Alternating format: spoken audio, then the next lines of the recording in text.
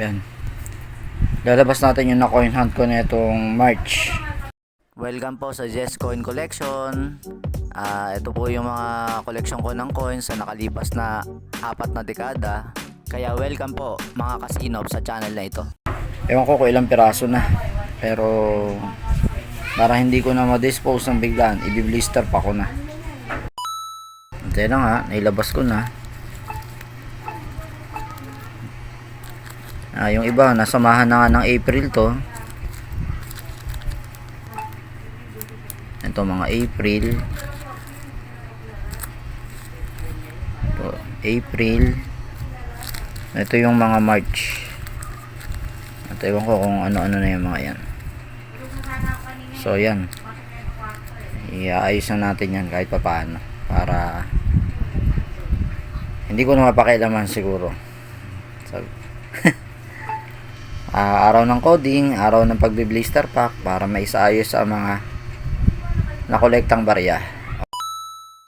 So ito na nga, tatlong 10 peso BSP, isang 10 peso na kung di ako nagkakamali, ito yung 2017 na NGC, mas 2017 na 5 piso na NGC, at tatlong BSP na 1 piso saka dalawang NGC na 1 piso.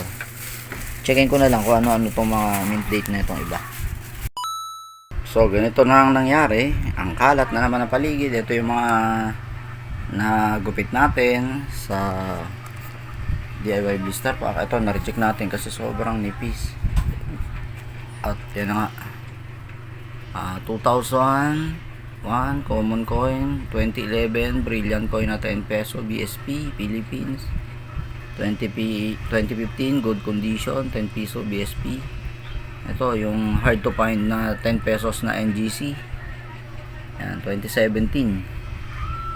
As 27 na semi hard to find na 5 piso NGC, 2000 common coin, 2001 common coin, 2003 na magnetic 1 piso BSP. Tas ito 2024 hard to find na NGC at 2025 common coin. Nagtatabi na tayo kasi sabihin natin medyo makintab. Ganun lang naman. Ang mahalaga, unti-unti na natin naiayos yung mga barya na nako-coin hunt natin sa pilahan. Kaya ako dahil nagkakaroon na ako ng panahon na may blister pack yung mga baryang ito.